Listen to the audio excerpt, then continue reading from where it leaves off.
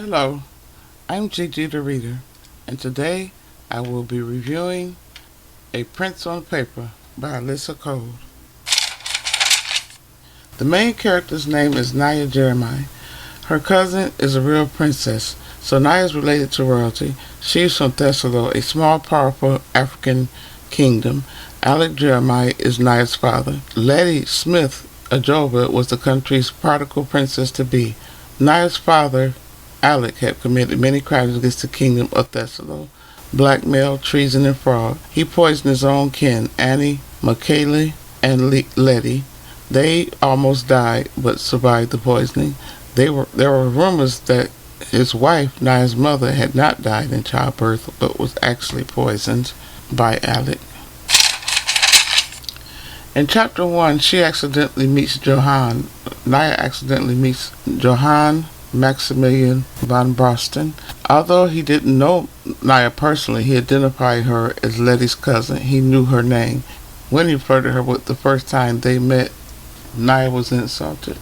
She identified Johan as a world-infamous playboy, a greedy, wanton playboy with good looks who expected her to bend to his wishes. She met him briefly on a trip back to her home of Thessalo. Now she was on a trip from New York where she finished college. She was on her way back home to Thessalo. On the plane, she reminisced about what she'd do when she got home. She'd go back to work at the orphanage school where the children needed her. She resumed visiting her grandparents who loved her. She thought she would once again be boring, timid Nia. On the plane, she accidentally bumped into Johan von Brosten. She had pictures of the prince in her phone that she unintentionally took. She figured the plane would be their last encounter. In Chapter 2, we find that the tabloids nicknamed him Bad Boy Jojo. On their plane, we find out Johan is invited to Nia's cousin's wedding, and they'll be seeing each other again. In Chapter 2, we also learn that Johan has lost his mother at age 17. His brother Lucas is the actual heir to the Luxembourgian crown. But the book is called A Prince on Paper because Johan's real father died. After his death, his mother married a king and gave birth to a son. She named him Lucas, Johan's younger brother. The king adopted Johan, and he was the king's stepson. So he's literally a prince on paper. Johan's mother wasn't wealthy, but she left him a large insurance payout. He had that money and an allowance given to him by Linus, his stepfather, the king. He had plenty of money. Most of his travels included attending fundraisers for charities. He has an assistant named Greta. Johan was stepson to the king of Luxembourg and half-brother to the actual prince. He was Luxembourg's literal red-headed step-prince, but he was not in line to be king. But his younger brother, who was of royal blood, the prince, was in line to be king. Next we go to how Nia and Johan meet. Even though he already knows some of her family, he accidentally met Nia in the plane's royal bedroom. He was sleeping in the wrong room. He insisted to the flight attendant nothing happened and demanded she not spread rumors in the tabloids when they accidentally bumped into each other. So he tries to make more small talk with Nia. He is friends with Tabiso, Nia's cousin. She is going to Thessalo because she was returning home but was visiting Thessalo for the wedding. Letty and Tabiso are the two getting married. Portia was her close cousin. Johan and Nia told them they'd already met on the plane when they accidentally bumped into each other in the royal plane's bedroom, but let them know it was most definitely an accident. She met him again with Johan at the palace. Oh my God. Okay. Hold on, let me get the door. Wait a minute, I think this most likely my co-narrator Shaquita, the Fairy of the Bees. Hold on, she's always late. Just a minute.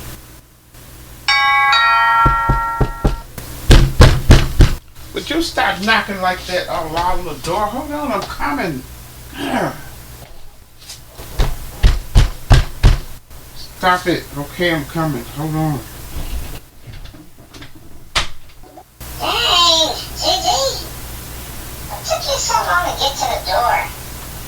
Don't I know worry. I'm running late. Oh I'm my gonna need God. a key. This don't make sense. This should take too long to get to the door. You know what? So what we doing today? Hold on. Excuse me. Excuse me. Let me get over to the mic. Let me get over to the mic. Move, Gigi. Okay, I'm late. I know it. Okay, I'm here. Chiquita. I'm here. Chiquita. I'm Fairy the Bees. And also the co-narrator here with Gigi the Reader. Okay, so what's this Gigi the Reader? It's a romance. What? A romance. Romance novel. A romance? I thought we only did fantasy books. So it's our first romance. Yep. So I'm just curious, Gigi, as the co-narrator, what made you go for it, Ryan? Because first of all, this seemed boring to me. But go ahead. What made you want to do some romance? Well, I want to try a different genre, and it's going to be Meghan Markle and Prince Harry vibes. Yep. I thought that would be a good idea. Okay, I'm just gonna say, boring. Oh my God. Yeah, move. Get away from my mic. Get away from my mic. Right. Alright, I'm sorry, Gigi the Reader. Wait a minute. Alright, I'm just playing with you. Okay. Let me back over near the mic. Oh my God. Let me back over near the mic. Okay, I'm just playing with you. Alright, it's alright. Okay. Well, me and Gigi, we had it set up where what's gonna happen is when they get to the sexy scenes, we got our sexy music. I'm gonna cue the music, okay, Gigi? Okay. The Reader? I will cue the sexy music.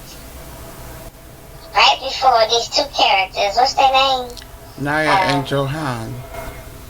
Nia. Okay, Nia and Johan. Okay, right before they sexy the music. Okay, and then see, Gigi the Reader, she's gonna say, okay, cue the music. Right. Okay, Gigi the Reader? And then that's what I'm gonna cue the music. Right. Okay? Okay. Alright. Alright. Okay, we got this gonna be alright. It's kind of boring to me, but this is what Gigi wants to do. We can't just stick to a nice fantasy, you know, and be with dragons and vampires and witches and demons and stuff like that. We just, Gigi and werewolves, you know, we could have had a nice little, you know, dragons and werewolves or whatever. She wants to do the romance, so anyway, so we get it all, it's gonna be alright, you know. Alright, so when she takes cue the music, I'll cue the sexy music. We're gonna see just how sexy this will get. Is it gonna be like PG-13 sexy? Or is it gonna be like a raunchy sexy? But we'll see. Okay. Alright, continue on.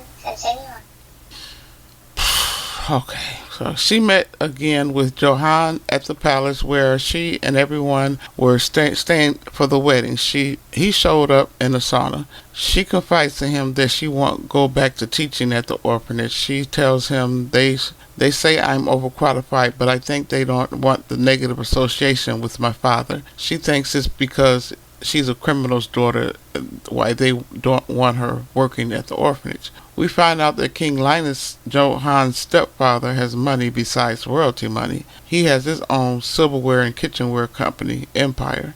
But the king never remarried after his mother's death. We find out the groom, the Biso, is Johan's childhood schoolmate. They have a conversation. And he teases Johan about fainting while he was in the sauna the day before with Nia. He knows that after they got acquainted, Nia nicknamed him Foco, meaning rumor, but the Biso reminded her the word was a derivative of the word Pocojo, meaning sly fox, who was a trickster god from a children's tale. The next day at the wedding party, all of Letty and the Biso's family and friends joined together to participate in a hunt, a traditional wedding hunt. But the hunt was not to kill an animal, but simply bring back a domesticated animal. Everyone was paired into two partners. Johan and Nia were paired as hunting partners. Nia has a game on her cell phone she plays called One True Prince. where she gets text messages from a character or lover on her phone, but it's not a real person. It's only the app sending her messages. Johan looks over her shoulder and catches her reading one of these messages, and he assumes it's from a real guy. He reacts with concern and jealousy. On their wedding hunting trip, they were successful catching a goat for the bride and groom. Johan flirted with her a little and asked her about her stay in New York. Even though he slightly flirted, Nia decided she only wanted to be friends with him. After the wedding, at the reception, Johan overhears some of the guests, mostly dignitaries, gossiping about Nia's father. One referred to him as a bastard. Remember, Nia's father did time in prison for some type of political crimes. Johan overheard someone say Nia should not be at the wedding because of her father's actions. One man called her a traitor's daughter under his breath.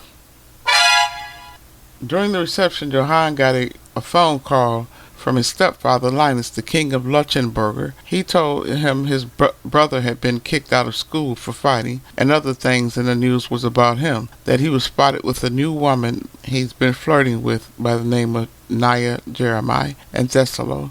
The gossip mags were always reporting on Johan, the Duke of Edinburgh.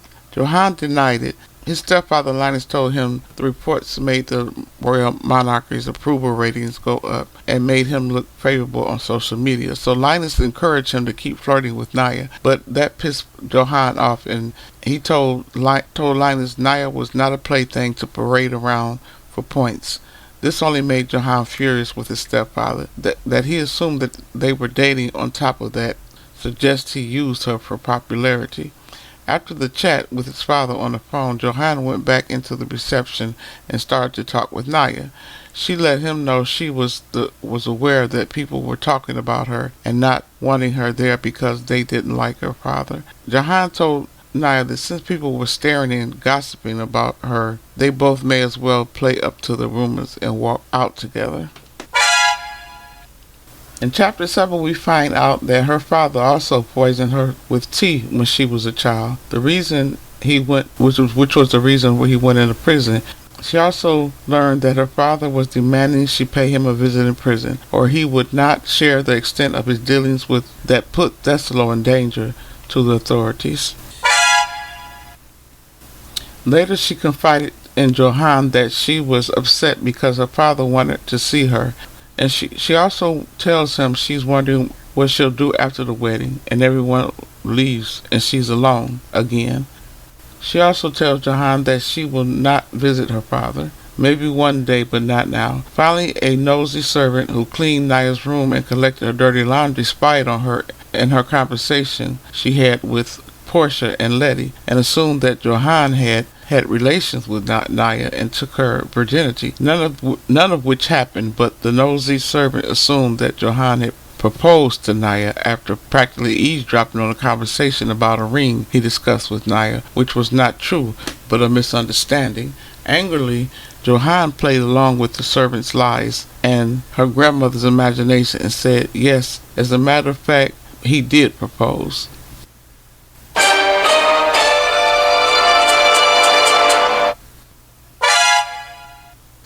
Nia tried to explain to them that it was a misunderstanding, but he pretended he really was proposing because he didn't like to see them treating her like a child. He was asking her to be his fake fiancée. So Nia played along right in front of the servants and her grandparents and said, I accept.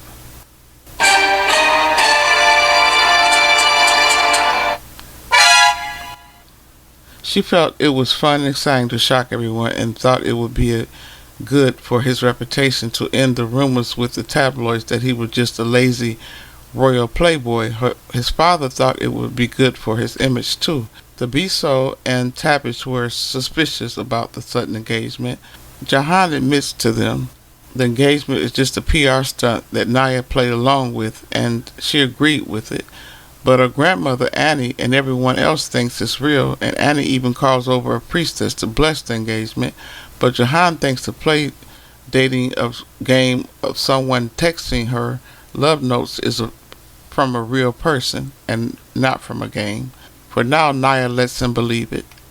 Nia's main reason for playing along with the engagement is because she thought she'd be left behind once everyone returned to their daily lives after the wedding, but now she was about to go out on an adventure.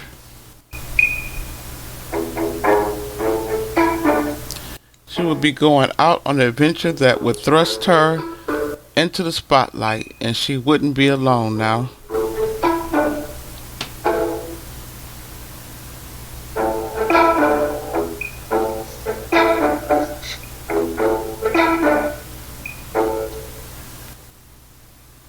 But she let Portia and Letty know it was just a PR stunt. After the wedding, Johan had to travel to Java.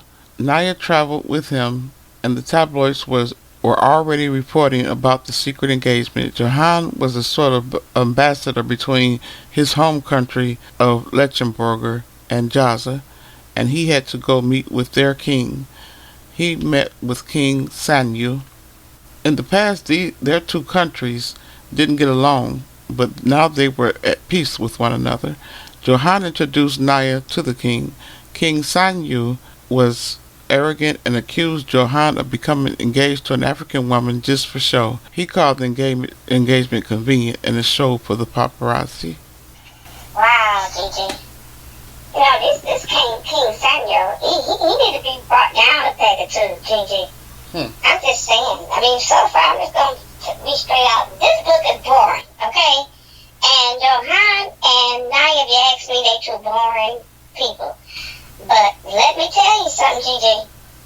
This King Sanyu, what his name called himself, Sanyu, he got a wife, his queen, his name. He think he all of that.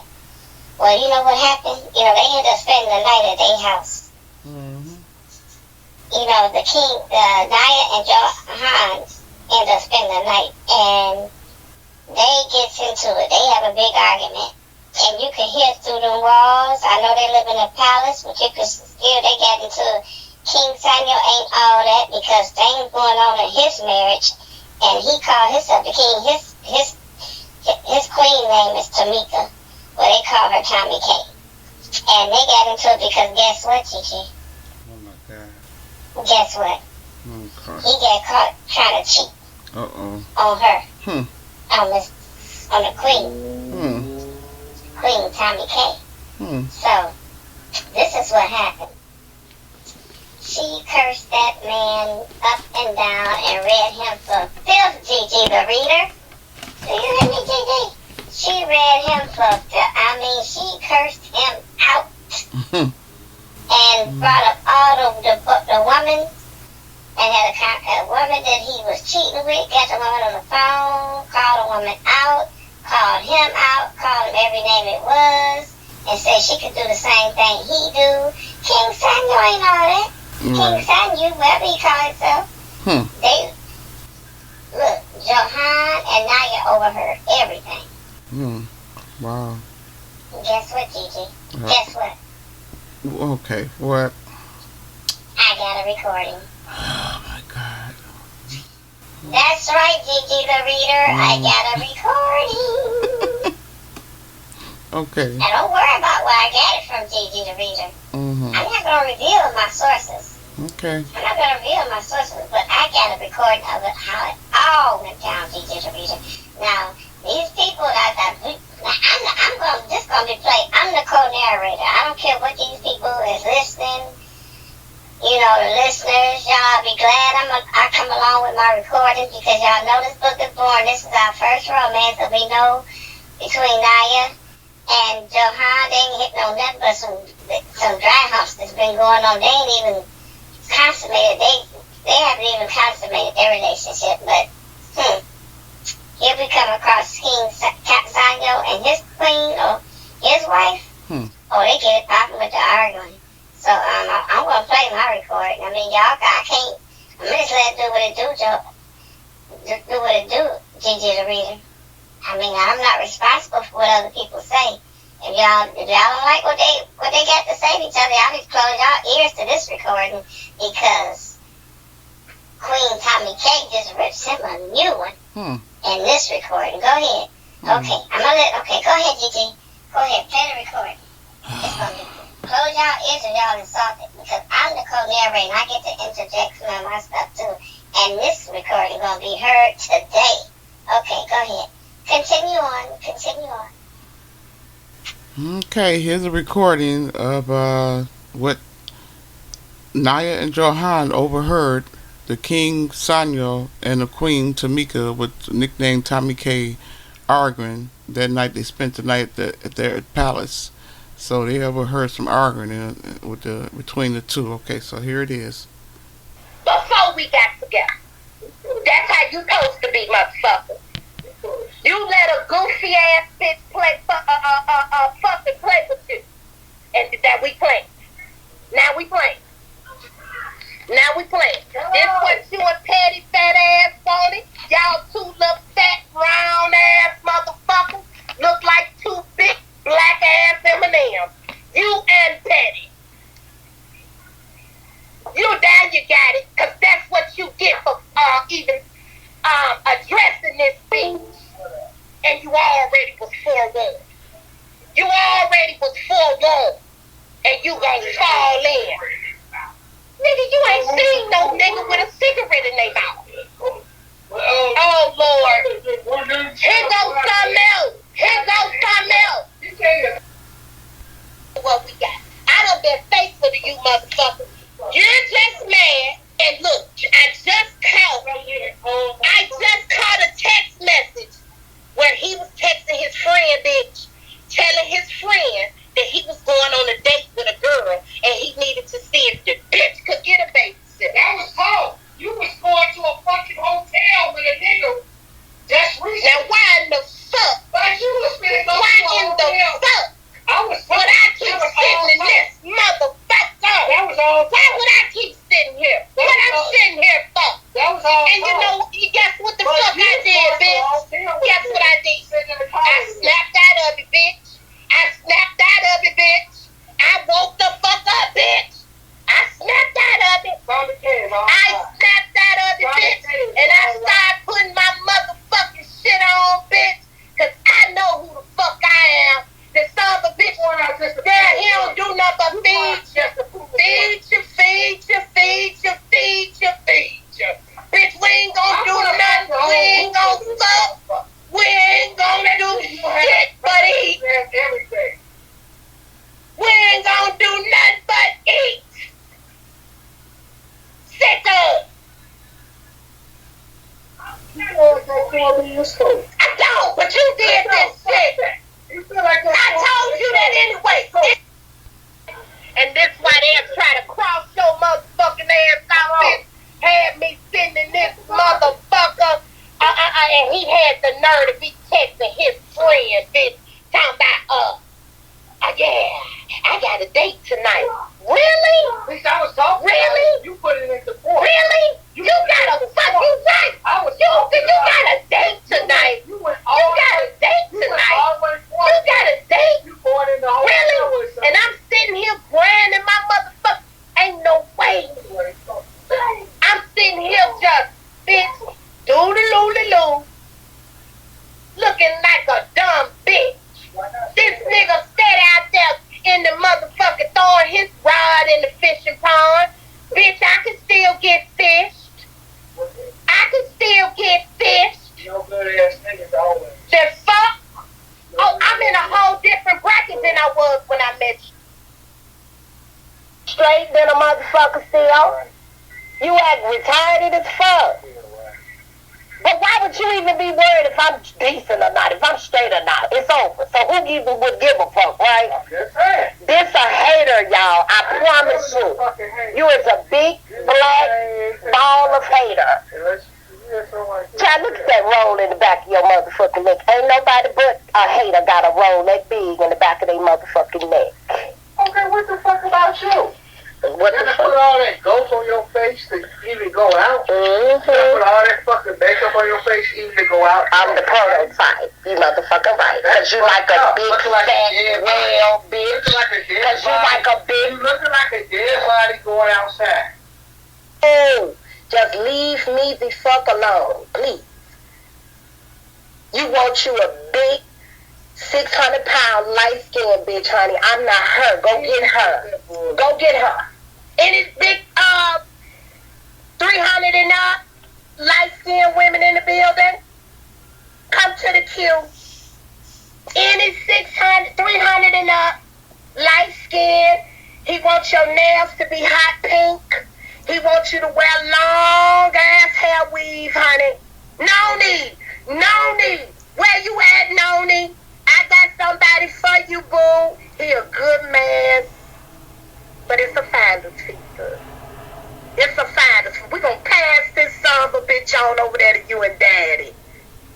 He coming right on out there with you and Daddy. Where you at, Noni? Ain't no good ass nigga that won't. He coming out there with you and Daddy. Pack of weed. They can pack of weed. You couldn't fuck for a pack of weed. I wouldn't want to. I know you couldn't, nigga. I don't want to catch I know you better not want to. I don't want to. You better not want to. I want to catch. Cause you fucked for a whole bunch more. I don't want to catch. You fucked for a whole bunch more. I just really decided to be nice girl with you. But in the very beginning, the son I'm not gonna say it. I ain't gonna say it. I'm not that one there. I'm not gonna tell it. I'm not gonna tell it. Child. It's all about storyline for you. Oh Lord, he done learned the lingo. It is. It's all about a storyline. Help him, This shit ain't true. All about a storyline. I'm so sick of it, child. It's. Try to get her things. I'm sick of it. Noni here? Noni here? Hey! Hey! Here go you. Don't vote no more for no big fat woman. Hey! He gon' vote. Here go your pre-news woman. Hey! He waiting on no vote for no big fat woman. First of all, let's get something straight. Keep your daddy name out your mouth, okay? He can't. That's what you do. Yeah, here she is. Here, look at her. My daddy name out your mouth. Hey, look at her. My daddy name out your mouth, Tommy. She got a pretty face. She got a pretty My daddy name out your mouth, Tommy. Nobody wants that looking ass nigga but you. That's why you down her calf. Yeah, and you way bigger than me, Tommy K. Stop your bullshit. I'm nowhere near 300, bitch. You my daddy, ain't you? I said 300 enough. That's why you can't. My daddy name out your mouth, bitch. That's what you can do. You and Dad. You take that no good motherfucking turtle looking son of a bitch. That's why you on this motherfucker looking stupid now. Sit up here telling all your motherfucking business. Bitch, ain't gonna you no more with no big fat woman. Hey, don't want no big fat woman. Hey, don't want no more with no big fat woman. Hey, well, come on, Karen, with no big fat woman. Won't no more, whatever more that bad woman. Hey, won't no more. You big fat woman. Girl, he wants you, girl. He wants. Oh my goodness, wow. Okay, so that was the situation going on between King Samuel and his wife Tamika, or his queen Tommy K. Okay. Alright, moving on. Okay, Nia finds out that the next to being ambassador for Lechenberger, Johan's hobby is funding charities. He's good at setting up non-profit organizations. They stayed overnight at the king's palace and shared a room that slept in the same bed. It was a king-size bed. They didn't touch, and nothing happened between them and the bed, and they knew that their relationship was pretend. Johan asked her if a man had debauched her, a word used a lot in this book. She told him no, which I'm guessing meant was she still a virgin. Then she asked him if he had a desire to debauch her. What? That's a new word for me too, Gigi the reader. Debauched? What's that? Is that a new word for? Have you did the nasty yet? I guess. Is she still a virgin? Has she been? I've heard of deflowered. Has been losing your virginity, doing the nasty, whatever you want to call it, Gigi. But debauched. Oh my God. See, Gigi, this is the reason why. I knew this book was going to be corny, Gigi, to read. I knew it, Gigi. I just had cornball feelings coming from this book. I just knew it. You know, romance, you just... Oh my God. Okay, Gigi. Okay. Debauch. So that's the word we're using now. Then I'm going to read that sentence. So then she asked him if he had the desire to debauch her. You know, this writer's corny for this. I mean, I could tell it's going to be cornball all day long. Okay, but we just get to the real sexy thing. Okay. You ain't got to tell me to get away from your mic this time. You can have your mic back, Gigi, to read. Continue on. Okay, well here comes a sexy scene. Okay, all right. This is your time now, Chiquita. This is right before. Look like we coming to a sex scene. Okay, cue the music. Oh, we done got to the sexy scene. Oh God. Oh, looky. Oh, come on with it now, Johan. Come on with it. Okay, Gigi. All right. Here's the music. Here's the sexy music. It's coming. All right, here we go.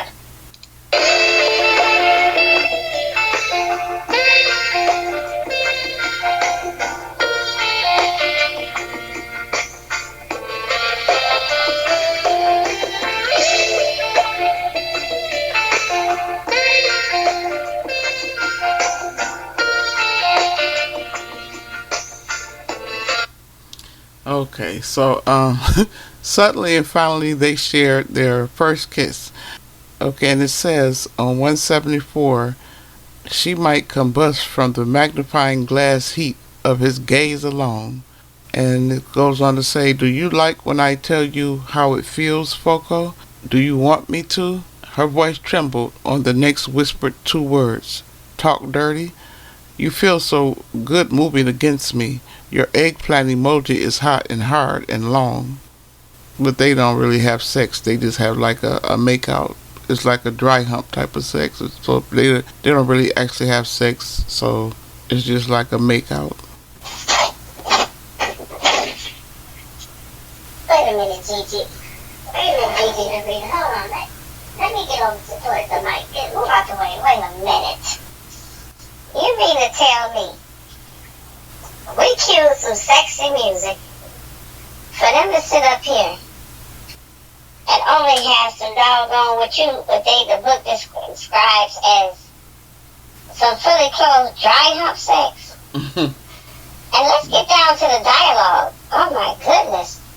Like I said, the cornball, this writer, I don't know what she's thinking, but I knew this was going to be cornball from page 1, Gigi the reader.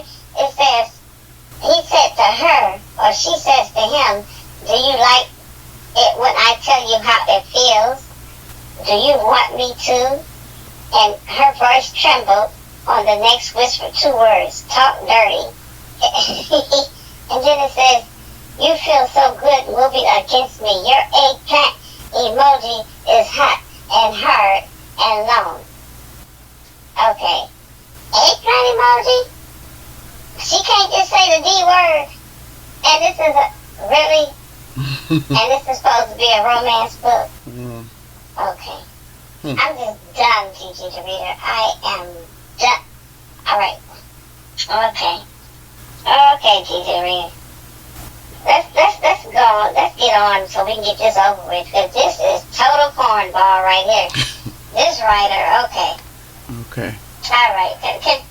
I'm going to let you have it. Continue on.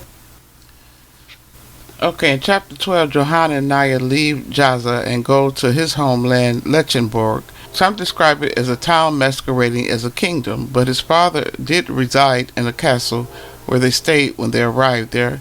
It was winter time and it was snowing outside. She met his stepfather, King Linus.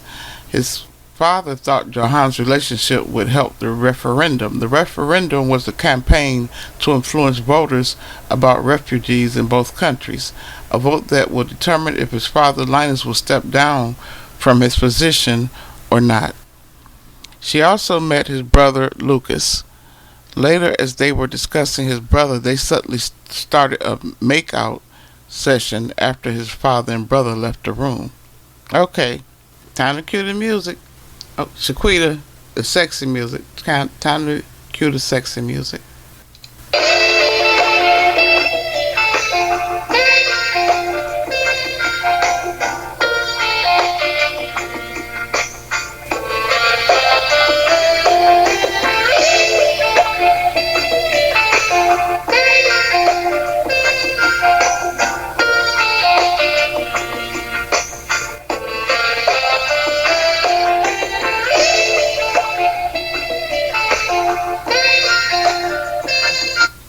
Okay. They still a foreign couple, Gigi. I don't care. Okay, the sexy music was cute. Okay. But could you imagine, Gigi? Could you imagine how dry their little makeout session was? They just, Nia and Johan just seemed like a boring couple to me, Gigi, the reader. I mean, I bet it was some dry makeup. I bet it was just, okay. I bet it was dry. I bet they just still boring me. Okay, continue. Maybe it's gonna get hotter later on. It's supposed to be a romance. Maybe it's gonna get spicy. I don't know. Okay. Continue on. Okay, so more corny make-out statements. Nia says, "Can you move your hand higher toward my peach emoji?" This is the next sex scene they have. Sexy scene. It's not really, but anyway. It's a more corny statements. Nia says, "Can you move your hand higher toward my peach emoji if you want to do that?" And his reply back to her was, "Come to whilst." First of all, hold on, Gigi. Did she just tell him he could touch her peach emoji? Yep. So was that her way of saying a coochie? Mm-hmm. The kitty cat? Why could they put that right? Put her up there. I ain't never heard nothing so crazy. That's supposed to be sexy. That's a new sexy talk. I thought they called it a kitty cat. Is she talking about the vagina? Mm-hmm. Is that what she's saying, Gigi? I guess. I'm just saying. She actually said you could touch my peach emoji instead of just saying touch the kitty. See what she look, Nia. Girl, just tell that man you want to stroke your coochie. The kitty cat. The meow, the cookie. But peach emoji?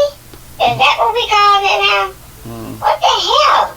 I thought you use that only when you use a text message.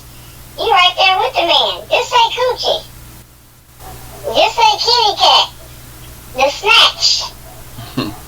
Peach emoji? Really? She said peach emoji. I gotta look at that. Okay, it does say that, Gigi, to read it on page 192. This writer said that Nia says you can move your hand higher toward my peach emoji. That is the corniest, and then his comeback I'm confused about that. I can't even laugh at the comeback. His response was, "Come to whilst." Okay, let's just break this down real quick, Gigi, the reader. Let's break it down. Because, come to whilst, what does that even mean? Is he speaking Shakespeare? Imagine this, Gigi, you getting hot and bothered. You getting to your doggone climate. This man making you hot and bothered. He touching on you. You getting excited. Let's try to get past Nia's dumb remark. But that would just make me come down off of what kind of climax I'm coming to, what kind of excitement I'm getting to when a man wants to say, you getting excited, and the man say, come to whilst. All right, put a picture up, Gigi. God damn it, put a picture up, Gigi. What is she thinking? What is Miss? What her name? Alyssa Cole. Did you really say to man that said, "Come to Wilst." They say art imitates life. They said art imitates life. Does that mean that? I hope ain't no man really said to her in real life, this writer, "Come to Wilst," ever. Can we even break that word down? Everybody that's listening to this is within earshot of this review. Would y'all please Google the word Wilst? Wilst. S as in Sam, T as in Tom. Wilst. He told this woman to come to Wilst, Gigi. Okay. Okay. All right. I'm just gonna let it go. See, that's why me and Gigi just don't do romance. I mean, is this supposed to be? This book is already boring. You ask me, Gigi. But now we get to this part where they put sexy scene, and the sexy scene. I mean, you read romance for sexy scenes.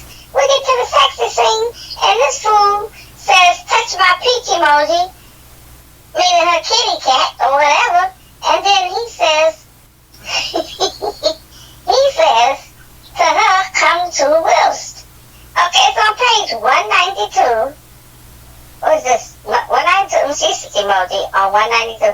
Now, 193, it clearly says, "Come to Wilst." Okay, I'm gonna go. I'll be back, Gigi. I gotta figure out what the hell Wilst means. I would push that fool off of me if I had a man with me telling me to come to Wilst. I would tell him just to get away from me. Okay, I'm continue on. Bye, Gigi. Okay, go ahead. You got it. Continue on.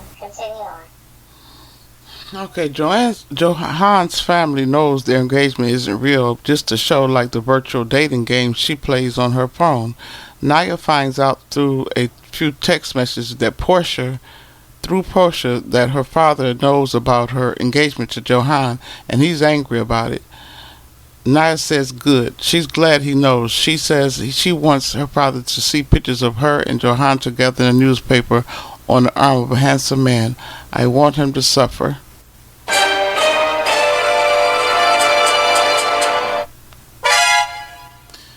And so in chapter 14 so far, the news and tabloids and other media are reporting that they know about Nia. The only dirt they can report on her is her father being in prison.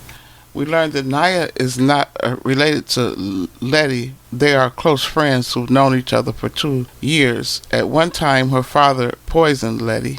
He thinks it was to hurt the Biso politically. Nia finds out through some paparazzi photographers that her imprisoned father is on a hunger strike because Nia won't visit him.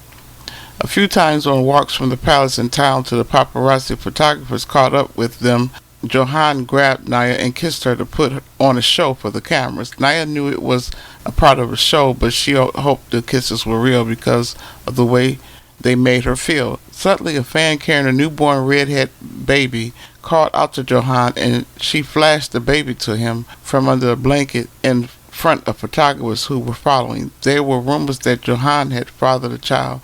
The journalist started to yell out questions. Is she your former lover? Will you claim responsibility for your child? What does this mean for your engagement? Johan snapped at them. There is no love child. I've never seen that woman before in my life. I have no children. I am certain of that. His security blocked the woman from approaching him, Nia and Lucas. They all headed back to the castle. Nia tried not to let the incident get to her, as she reminded herself, this is a game. A vlogger by the name of Floop Jalil started an internet forum of rumors attacking Johan's family. That night, Nia asked Johan about the woman and the baby again. He assured her he was telling the truth. She then thought of her father, who was in prison, still trying to control her with guilt by starving himself because she was in a relationship he didn't approve of, and because she would not visit him, but she would not let herself be controlled by him anymore. Meanwhile, Johan's assistant Greta has found out someone has hacked into one of his shared documents of a Jaza landmine organization. He assumed it was to sabotage his his referendum and have the citizens vote to get rid of the monarchy. Johan beats a man up in a restaurant they were having breakfast at. He beat him up for insulting Nia. It was the head of the opposition party that was running against the monarchy. In chapter 18, Johan introduced Nia to his grandmother, his paternal grandmother, his father's mother, meaning she's not related to his mother or the royal side of his family. When they met, his grandmother likes Nia but tells her she does not like the Von Brewstons. Nia and Johan get into a small argument in the car trip home from his grandmother's house. She asks him what he planned to do if his father gets voted out of office. They both knew their fake relationship would end. It would have no purpose. Besides, the whole purpose of their fake engagement was to help him look like less of a playboy and for the referendum of the monarchy. For her, it made her father angry, which made her happy, plus put some excitement in her otherwise boring life. But when the referendum was over, she'd have to think about going back to work, back to being a teacher. He joked he had several offers to join celebrity bachelor shows. In chapter 19, Nia gets a letter from her father. The letter basically tells her she should be ashamed of herself and her deceased mother would not approve of her relationship or anything she's been doing. He said all of her ancestors would be ashamed of her. She ignored the letter. Later, she had lunch with Lucas. The next day, they got to know each other better. A few days later, Portia texted Johan about her investigation into who had hacked into one of his charity accounts. She lets him know it was from an IP address coming from Lucas' school. She guessed it was from some kid who didn't like Lucas.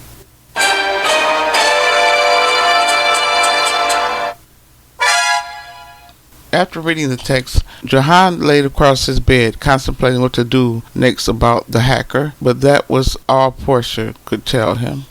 Okay, so now we have another sexy scene coming in. Okay, Shaquita, cue the music, the sexy music.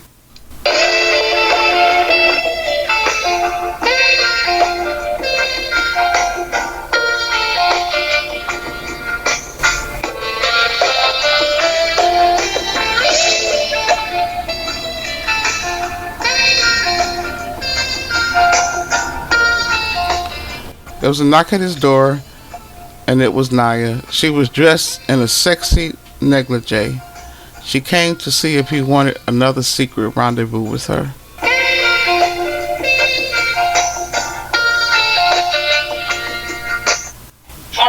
so that's it, Gigi. That's when it got.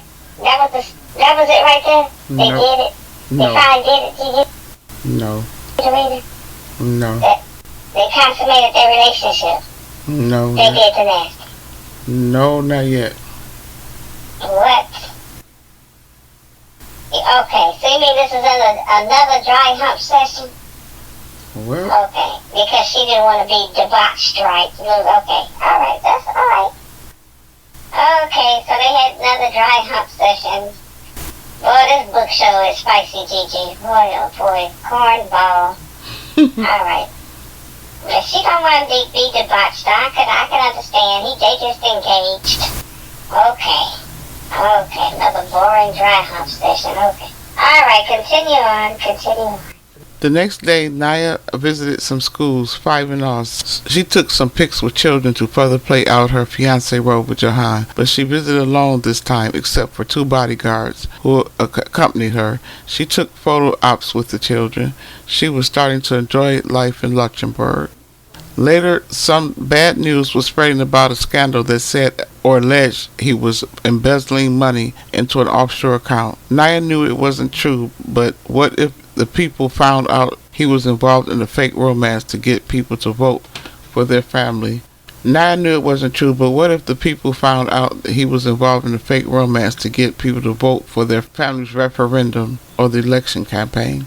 In chapter 22, Johan holds a press conference about allegations that he was hiding monetary transactions using a shell account. He was starting to reflect on the fact that the referendum would be over in a few days and there would be no reason for their fake engagement and Nia would leave him. As for the accounts, he explained, the account and the secrecy was connected to something private and unrelated to the royal family, which is why he didn't feel the need to share them. Finally, while in the at the opera they attended, Johan steps away from their box seats during intermission. He felt down and emotional. Later, Nia got up and found him in a private foyer by himself, having a drink. She asked him what was the matter, and he told her. Knowing the referendum and his family's campaign would be over soon, he said, "Some things are inevitable. One way or another, you will leave me." She assured him, "You know what to do if you don't want me to leave." He said, "Stay, please stay." She said yes. Then they kissed each other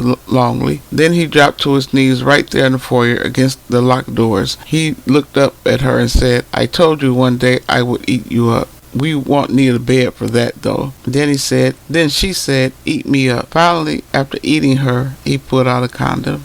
Okay, cue the sexy music. Shaquita. What? What she say? You didn't read it. What? Let me know the mic. Let me get to the mic. What? Yep. She said what? And we finally get to a spicy part. This sounds like more of a rated. We went from PG-13 cornball to rated X, the steel cornball. They asked me, Gigi. It might be not PG-13. It might not be rated. Maybe it's rated R, but it's still the rated. Whatever is rated, it's still rated cornball. Because she says, okay, but it's better than what it's been doing for a romance, though, Gigi the reader. And he says, I want to read this part. Then he drops to his knees right there in the foyer against the locked doors. He looked up at her and said, "I told you one day I'd eat you up.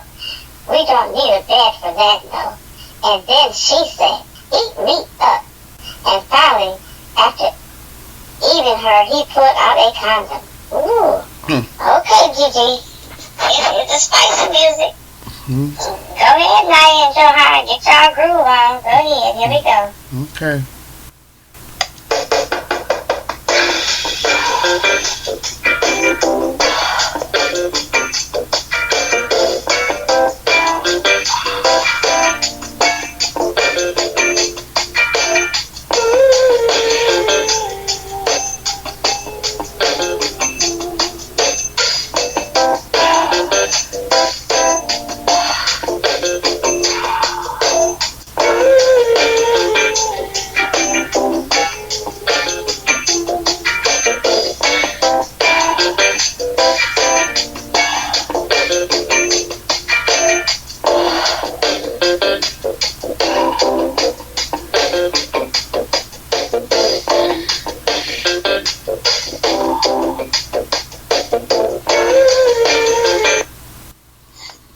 Okay, so they finally consummated their relationship. Then they both agreed to leave the opera early and go to the castle to continue their sexcapade. What? Continue the sexcapade back at the castle? Yep. Oh, here we go. More sexy music. No, we don't need it. Oh, no. Damn that, Gigi, the reader. Cue the music. No. Move, Gigi. I'm going to hit the music button. Cue the music. Cue the music. No. Cue the sexy music. Sexy music. Cue the music. Oh my God. Cue the music, Gigi. Put the music back. Oh my God. Okay, we didn't need this. We really didn't need this. We didn't need this, really. Shaquita. Oh my God. Okay, that's enough. We don't. Alright, okay, cut the music. Jeez.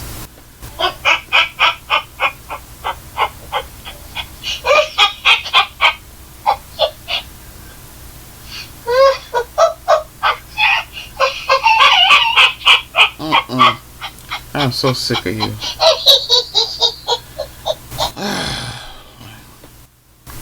Okay. The end. No, it's not the end. What? No. That's not the end. No. This should be the end, Gigi, the reader, because look, she lost her virginity to him. They consummated their relationship. They say they will continue on their relationship after the fake engagement, which helped to. They did what they're supposed to do, the fake engagement. It helped him with the referendum to help out his family and make his reputation look better. And that was the reason for the fake engagement. To help them, and they say after the referendum or the campaign election was over with, that they would continue on their relationship after that and be together. And the end. No, not yet. Not yet. Okay. But can we please not do any more romance books after this, TG?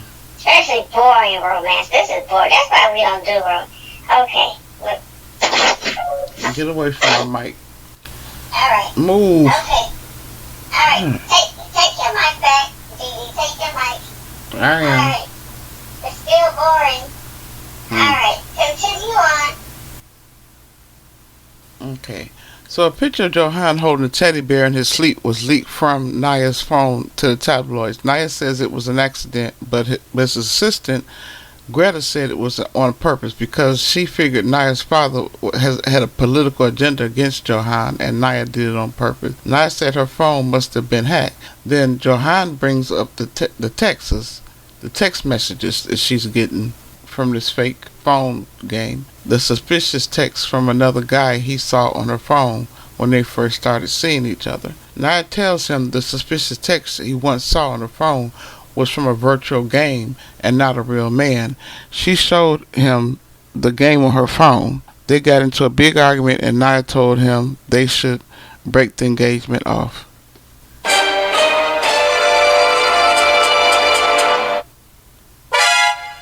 Later, she learns her father is sick and has been moved from the prison to the prison hospital, so she finally decided to go visit him, but her argument wasn't over about the leaked picture and the game on her phone, so she gave Johan his engagement ring back to him before leaving to visit her father.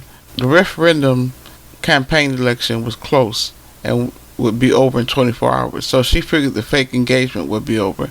After Nia left for the airport to visit her father and breaking off their engagement, Johan went into deep thought. He was thinking about the pictures that got leaked or hacked from her phone. The IP address came from the castle, and his charity accounts were hacked from a computer from his brother's school. Johan put all the pieces of the puzzle together and found out it had to be Luca who did it. He confronted his brother. He simply asked why. Why would you undermine the referendum? Lucas admitted to everything and said it was all because he didn't want to or got tired of having to fit into a mold of who or what he was supposed to be or be like. The preppy school he went to, he didn't like.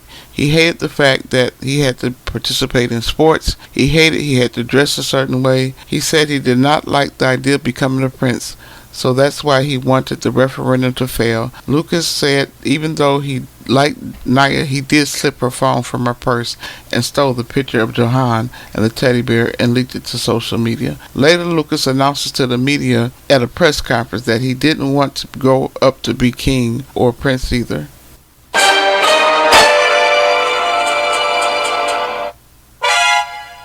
Then he announced that he was non-binary. He was neither masculine nor feminine. He preferred to be referred to as they or them, not him or her. Okay, Gigi, I'm confused. I'm confused with all this non-binary mess. It just don't make sense to me, Gigi. So all of a sudden, Mr. Prince Lucas, Johan's younger brother, don't want to be referred to as him or her. So he don't want to be a he or she. See, I can't. It's just, he wants to be referred to as a them or they. So what the hell is he? Is he gay? Is he heterosexual? What is he? Is he asexual? So now he asexual. He not neither one.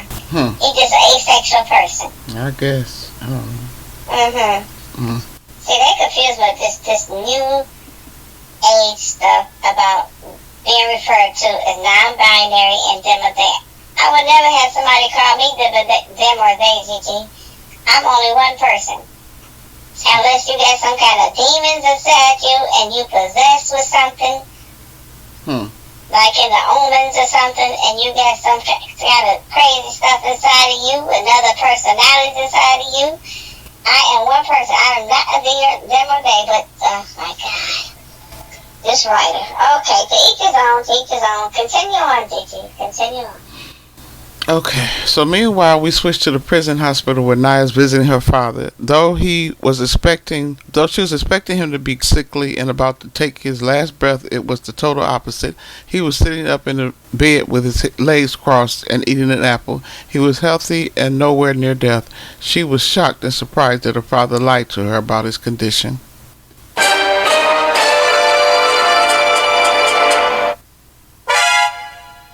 He tells Nia that he's happy to see her and he's glad that she's come to her senses and did as a good child should by visiting him. He tells her he pulled strings with people who still respect him and has arranged for her to get an apartment close to the prison so she can come visit him every day. Nia realized she still loved her father as much as she detested him. Immediately after leaving her father's bedside, her driver took her to the palace there in her hometown of Thessalo to visit her grandparents.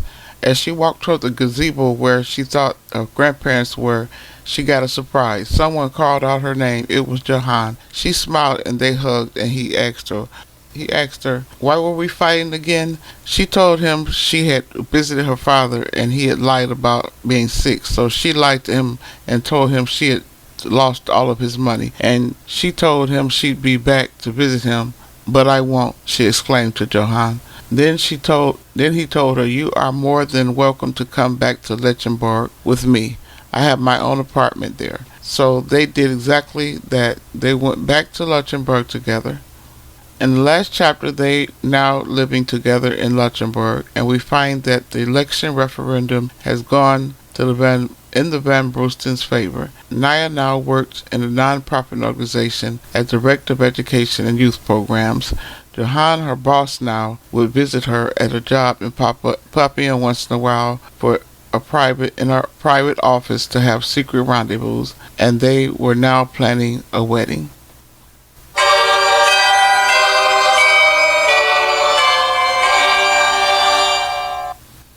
So I guess they live happily ever after. I know Sequita didn't like the story much. It did have its dry spells, had some corny lines in it. This is my first romance. I don't know if I'll be reading romance again. But we tried to spice it up a little bit. But out of 5 stars, I'll give this a 3. It wasn't that good, but it wasn't terrible. And please tune in for my next review of The Tribulations of Ross Young, Supernatural PA by A.J. Sherwood. Thank you. Please like and subscribe.